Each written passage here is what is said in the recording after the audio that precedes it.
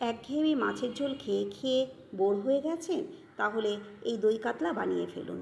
এর মধ্যে অল্প মাছগুলো খুব ভালো করে ধুয়ে পরিষ্কার করে নিয়েছি, তার মধ্যে অল্প হলুদ লবণ মাখিয়ে রেস্টে রেখে দিলাম। এবার একটি বড় সাইজের পেঁয়াজ, আদা, 2-4 কোয়া রসুন আর 4টে কাঁচা লঙ্কার পেস্ট তৈরি করে নিলাম। আর তৈরি করব কয়েকটি কাজু বাদাম, পোস্ত আর 1 চামচ মৌরির একটি পেস্ট।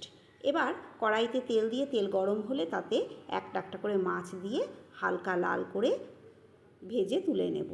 এই যে এইভাবে আমি মাছগুলোকে ভেজে তুলে নিলাম। সমস্ত মাছ আমার ভাজা হয়ে গেছে।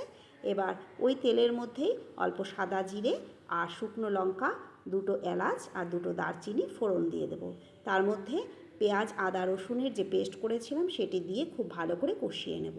এর মধ্যে পরিমাণ মতো লবণ দিয়ে দেব। তারপর এর থেকে যখন তেল বেরোতে শুরু করবে তখন তার মধ্যে কাজুর পেস্টটা দিয়ে দেব। এটিও ভালো করে কষিয়ে নেব।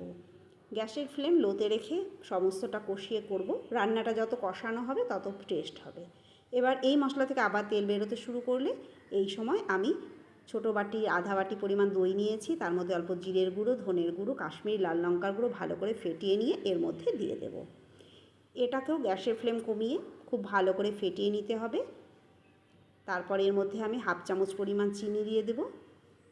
তারপর মশলাটাকে খুব ভালো করে কষিয়ে নেব।